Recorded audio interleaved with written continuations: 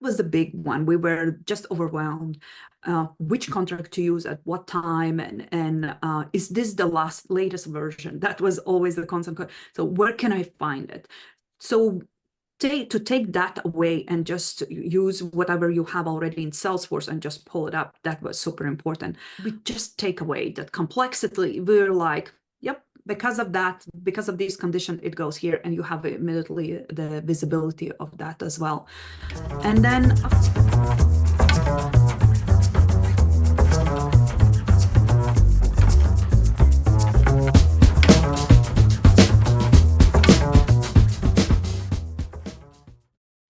all right, everybody. Welcome to the RevAmp podcast. My name is Mark Lerner, and I'm your host today. I'm joined by our very special guest, Inese. Before we jump into the episode, why don't you tell us a little bit about yourself and your background and kind of how you came to be in this world of revenue operations? Yeah, thank you very much for having me. My name is Inese Pumpure. I'm now Senior Director of Revenue Operations here at the Visiting Media. I think everybody has this story, are you by mistake got into revenue operations or operations, right? How did you get there? Definitely was an accident. 15 years ago, almost 15 years ago, got exposed to Salesforce Marketo first time and got hooked. Marketing was not anymore this soft thing. There was something with data, associated with data. You could prove what works, what doesn't work. And from there, it expanded. It expanded to sales operations, it expanded to customer success operations, and then working also closely with finance. So with that said, through past 15 years, and we finally got the name revenue operations, right? So it was marketing operations, sales operations, customer success operations. Now we have overarching revenue operations as a name. So it has been awesome journey, past 15 years, exploring different companies, primary SaaS, tech, and also primary startups. There has been awesome exits, acquisitions. Once Cisco acquired us, other time we had private equity with over $1 billion in evaluation as well, exit as so has. The journey has been very interesting overall, but I'm still kind of hooked on the startup mode where you go in, you have a chance to build it all and see this journey. Sometimes you get lucky and sometimes it's like challenging. Yeah, and I know that feeling too. It's kind of like we're gluttons for punishment. The highs are very, very high, the lows are very, very low, and I think the bigger the company is, the shorter that distance from the high and low is, so you don't get as low, but you also don't get the extreme highs. So yeah, it's fun, and I'm interested because oftentimes most of the folks I talk to, their background is almost exclusively directly from sales operations into revenue operations. You do have that background coming from marketing operations specifically. That gives you, I think, a unique view of this larger revenue organization that we now kind of refer to. What do you think that has given you from a perspective background that has maybe been a benefit to you as opposed to someone who came exclusively from a sales operations background? Yeah, I do challenge my colleagues who come from marketing operations, challenge yourself even more. I think marketing operations is definitely much more complex because you need to prove even harder, right, your impact to the business. So I think that was my journey actually when I joined Checkmarks. I followed a CMO. I followed him 4 times, so I'm definitely a loyal person. And that was our kind of goal. We need going from kind of revenue operations. At that time, we didn't have a name for it, but I was basically doing all sales operations, marketing operations, and customer success. And he's like, let's go and prove that marketing operations can work. It can exist. We can show the impact to the business. And that's what I did at Checkmarks for almost 4 years. And that definitely exposed me to everything. That marketing, I think, tech stack process is much more complex. I think in sales side, it's a little bit more straightforward. You have your pipeline, you have your commissions, you have your, bookings, clothing, and forecasts. It there has its own complexity, but for marketing to show the impact to the business and show why it is important to have it, much more complex. Tech stack is much more complex as well. You can't get away only with one thing. You definitely need to diversify. It's never one touch. It's always multiple. And how do you diversify, right? And make sure that everybody has ability to show their impact into the business, because at the end of the day, everyone wants to justify why do we need to keep it, right? It's much harder than for sales. You make a cold call, you connect, and you create your pipeline opportunity and you run with it, right? So on marketing side, it's definitely much more complex. But that gave me a challenge, which gave me also then have a good visibility where it's coming from and how can it, and that was one of the reasons why I also wanted to make sure that in these roles where I'm joining, I can cover the entire revenue operations so that I can really poke holes where it's needed, or at least be advocate for them, right? When you're engineering, because I understand these connections, what will impact what. So that was definitely the biggest part for me, why next time where I'm joining, I want to make sure I'm in charge of the entire revenue cycle. Yeah. And I think that speaks to this kind of broader mission of revenue operations, right? Which is this concept of breaking down the silos that kind of naturally developed between some of these organizations and existed for quite a while, where, sales was in its silo, customer success in its silo, marketing in its silo, and, they would do different things, maybe measure different things, and it just wasn't aligned. And it became very clear as tech stacks proliferated and go-to-market motions became more complex, that it needed to be under a single roof. So what do you think is kind of the crucial element to this task of breaking down silos? What are the things as a revenue operator that you have to look at and press on, or analyze in order to meet that goal of breaking down those silos? I wish I could say that, I have the everything already mapped out, the path is there. I would say very tactically, what I can do is advocate for each of the teams. If somebody comes to me with this great idea of what they want to do, I can say, let's slow down a little bit, because I can see how it's going to impact finance team, or how it's going to impact afterwards customer success. If sales, just a simple example, if sales doesn't fill out billing information, part of their sales, closing process, we have an issue. Finance can't invoice anyone. Customer success doesn't understand who they are onboarding, right? All of those, like a small things that kind of impacts many stakeholders. And a lot of time you become this solution architect, police officer, all in one, because you need to see this bigger picture. Anyone asking for one simple thing, it's usually a new field, you will immediately see, okay, who is going to fill it out, who's going to be responsible. So you become this advocate for all of those teams, making sure that they're all represented. I have been in companies where everybody's just in charge of their own things. I would say the biggest challenge in those companies is the priorities. Whoever is closer to the C level, they will have a little bit more leverage, and then the things that you need to advocate for you is not going to happen. With this overarching RevOps function, you see the bigger picture, and you can see which of these things are going to impact the revenue the quickest, right? So it's not only about the relationship with the C level, but it's really you understanding the business and being able to push a little bit more on, is it needs to be developed new process or new technology to bring in, because we are trying to focus on one thing. My company, for example, now it's a huge effort on the outbound activity. Yes, then we prioritize that, because we see what is happening specifically with the pipeline. We want to impact now, and it's happening. Earlier this year, we were like, shout out definitely to Dilha for that. we needed to control more what's happening with our contracts, how we're managing price books, how we're managing approval process. It needs to happen, right? So you prioritize those things because you can see consequences or ripple effect. If we don't control it now, we're going to pay for it a little bit later. Yeah. So many different strands to pull on there.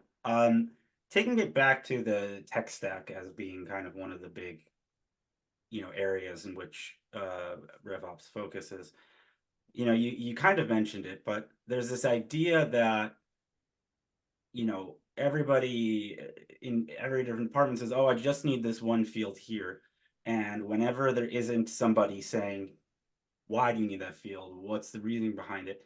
You end up with a CRM record or whatever it is, a contact record that has so many fields, and nobody knows what any of these fields do, and no one wants to delete it because they don't know what dependency there is, and so then you just don't even know. There's so much you don't know what you're supposed to do, and then somebody eventually has to go through each and every one of these and follow the string back to where it connects and reverse engineer it.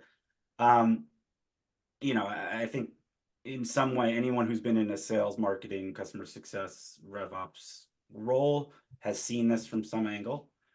So from your perspective, assuming, the contributors in the revenue teams are kind of your end user for whatever these tools are, how do you approach optimizing the give and take between usability and kind of user friendliness, but also being able to give everyone the ability to do everything they need to do? Yeah, very good question. Definitely one of the things that I do when I join the company is, you always have your 30, 60, 90-day plan. When I joined here, I did inherit a team, but I also brought on a couple more people. And that was our first thing together. That's the best way actually how to get to know the system. Just go through every single field, understand why we're here and what's the purpose, who's going to fill. It's enormous work, it's a lot of cleanup that needs to be done, but that gives you the best insight, why do we need it?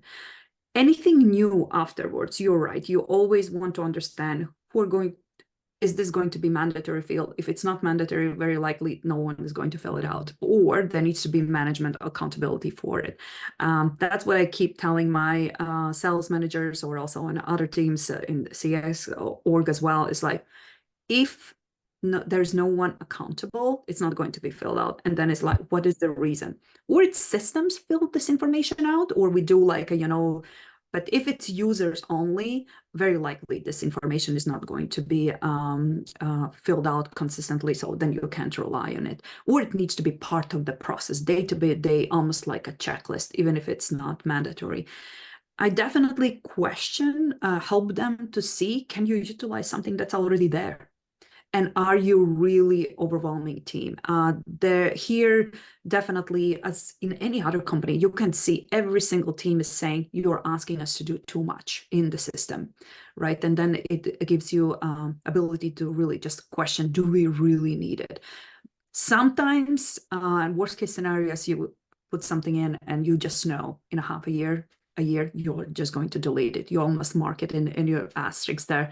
It's like, it's probably not going to be here for a while, but sometimes you just need to let them do it, and then you will just clean it up after a year. Right. Speaking of bringing, the philosophy that you bring to that, are there any sort of methodologies that you apply to building the process and optimizing it? And if so, what is it and how do you apply it? Yeah, coming I have done a couple times already this revenue operation type, right? You already have your favorite tools. You already have your favorite thing, like, the methodology, how you're following. Over the years, I have used for marketing operations, I was following serious decisions quite a bit, their methodology. Past 5 years or so, I have been following winning by design methodology. Their architecture, their whole recurring revenue model for tech stack, and also metrics to conversion metrics and how to understand the health of the business overall. That has been lately where I feel comfortable, and I feel that it covers everything. It doesn't cover only one, department. It covers every single department and gives kind of sense of stability of where we are and where we need to go. Coming into organizations, definitely tech stack is like, especially as I'm joining smaller companies, you're like, they probably have raised some money, now they're ready for scale. So you immediately just thinking overall life cycles, what's needed for each of these teams. Marketing definitely needs something, so I can go either way with tools. I usually am technology, like it's not important for me one or other way, but it definitely makes it easy if you already have used something before. Is it Marketo, is it HubSpot, have used them multiple times, could go either way, whatever is the best fit, right? The same, I have like favorite tools, like usually I would use Lean Data for CPQ kind of things. Deal Hub was my favorite. I already used you guys for 3 companies. So it's like every place you have your favorite, right? For prospecting, automation, sales loft, or outreach. Again, either way, sometimes it's not even about the technology. Sometimes it's about the fit in that specific company, right? Like I could go. Last choice was sales loft or outreach. Both of them great companies, but the fit in that company, sometimes that's different. So that's what you make like a judgment, right? The same for CX, you can go with the Tango or Churn Zero, but again, you need to understand what the team has used before, what they're familiar, and then you go with the choices there. But yes, absolutely, with years of experience, you just know, more familiar with the tools, the quicker the onboarding will happen, and you will see much faster the success. So that's definitely becomes important as well. What you have used, what your team has used. Absolutely. Awesome. You mentioned earlier that, the current focus right now is on outbound and, enabling that. And that earlier, it was focused on kind of contracts and the process there. Maybe we can double click on that part, on what that challenge was and how you kind of approached that problem, not necessarily from the tool perspective, but from, kind of what does good look like? What's your ideal outcome? Yeah, I think it's always in this journey for the startups, right? Where everything is in probably Google Docs. Everybody has a soft version of the copy of the template on the desktop. And but what happens at the same time with the startups, changes are, and as soon as you're starting to build up the teams, changes happen so quickly. People can't even comprehend what is happening every single week. There are small tweaks, so you definitely need to figure out what will be the best solution to make sure that you can manage without overwhelming team. So sometimes the changes are so minor that team does not even need to be trained too much on it. They just need to be aware. We added certain, like a sentence in the contract, so that was the big one. We were just overwhelmed, which contract to use at what time, and is this the latest version? That was always the constant. So where can I find it? So to take that away and just use whatever you have already in Salesforce and just pull it up, that was super important. Approval process, overall, it's on smaller companies. It's when I joined here, we were like, they had like 3 salespeople. It's easy to run to your manager, get approval, and you always know that nothing has get lost in email because it's only three sales reps. When you already have like 10, 12, 13, it's not possible. Something will fall through the cracks, and something will be left in the emails. So approval process standardization, and again, different use cases, right? Sometimes it's about the dollar value, sometimes it's about the product, sometimes it's about the giving something for free, trial time or something. So this kind of use cases, how would salesperson remember, especially salesperson who's coming new to the team, right? It's impossible for them to remember all those use cases, when it goes just for the manager, when it goes to VP, and when it's going to go to the CFO, right? So all we just take away that complexity. We're like, yep, because of that, because of this condition, it goes here, and you have immediately the visibility of that as well. And then, of course, startup again, every 6 months, there are new products, new services to manage that, and the price changes. Again, very similar to contract templates. It's just so difficult to keep track. And people have good intentions. They create Google Docs with different descriptions and different prices, and they just don't stay on top of it. And then you become the person who's trying to chase to understand what is really happening. So coming up with a solution that can take away that complexity from the sales was super important for us, and being able to manage it ourselves, right? So that we don't need a developer to go through it. So that was important when we were doing it here. I did it, and when I was doing it in past as well. Thankfully and surprisingly as well, technology has developed. There is a lot of cool things available. Everybody's developing it, and it's definitely impressive to see how companies are at what speed companies are actually developing solutions. Yeah, it's super exciting. I wonder if we could talk a little bit about kind of the moment we're in, or how things have shifted, right? I think, it's been a whirlwind of a few years. We had the COVID and everything changed, and then we came out of COVID and there was, everything kind of changed again, and there have been economic situations, headwinds as a result of low interest rates, and then they increase the interest rate, and so we saw a lot of choppiness, a lot of uncertainty. One of the trends that I've kind of observed is that we've gone from a scenario where companies were kind of allowing their individual contributors to everybody choose their own point solutions, and it was this massive tech stacks. It seems like there's been a consolidation attempt to cut budgets, consolidate both resource-wise, but also just kind of tech debt, and kind of get things more aligned.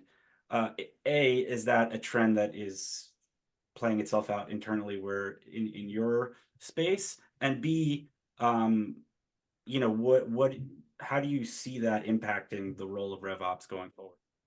Yeah, definitely the trend, as you said, since COVID has shifted. And I don't know if it was much of the COVID or it's just the speed of technology developing overall in the industry. Like when I started, we had like 15 years ago, maybe 500 tech companies, like in this space, sales marketing. Now there's like thousands, right? Everybody wants to be expert in something specific. But you're right. Now everybody's trying to consolidate. My rule of thumb, where everything costs $1,000 per user per year, is no longer the truth, because everybody's trying to put on top of one thing, like three things. They want to become your revenue ops, like one stop, like where you have everything. Unfortunately, with that, again, you are not always the expert in all of those things, right? You primarily are expert in one, and then you're trying to pull in the other things where there are other companies that are stronger. So if the quality is not there yet, I'm having a hard time to pay the cost for all of them. So that's what I think the negotiation is always happening, is like, I know you have a good intentions, but you're not there yet. And a lot of teams are trying to do that. So this whole merging of things into one is important. The other thing, I think, what I keep when I'm now, again, usually first year and a half, 2 years is very, in startups who have raised money, it's very intensive because you need to bring all that tech stack in, right? In those negotiations, I always make sure that my vendor understands you're on the hook of success just as much as I am, because what will happen next year, there will be the list and we will need to give the priority, nice to have or need to have. And if we can show the value to the team, if adoption didn't happen, I know everybody talks about ROI, which is, I'm like, not even going there, but there needs to be value there, and there needs to be that people are good advocates for that vendor as well. There is positive association, and no longer is good enough just to do onboarding and then we will see you at renewal. that's no longer is good enough. You need to stay on top of it. You need to understand what your customers are doing. It's hard to scale for some of them, and you can see they're struggling with support, with customer success. But the teams that are doing it well, they are really doing it well. They have customer success who is becoming almost like extended team of my team. And I value those relationships a lot, because definitely on the smaller startups, you always only have like 3, maximum 4 people on the team. And that's a good case. Usually it's only 2. So these vendors are very important for us, because they're the ones who are experts there, and they can help us. And I do value and appreciate it a lot. Yeah. Awesome. So as we kind of round things out here, time flies when you're having interesting conversations. Is there anywhere folks at home can maybe go and learn more about some of the work you're doing, or your company, or just learn more about a resource that you like to utilize that maybe might help them? Again, to my colleagues in the revenue space, I would say there's now many podcasts. When we were starting our journey, there was nothing available, right? Now there's plenty of resources available. So definitely join networking groups, listen to podcasts, that's for sure. Methodologies, again, my now latest, what I believe and what I am implementing is winning by design. And I think it's actually across all the teams, even sales methodologies there as well. So I think it's super cool. If you're in hospitality business, definitely check out Visiting Media, cool technology as well. But other than that, yeah, if you want to connect, feel free to ping me on LinkedIn. Happy to share my journey and things that I'm doing when I'm starting in the new startups. Always happy to talk and share my knowledge. There are not that many of us, so we stick together. Thank you so much for taking the time today, and we really appreciate it. Thank you.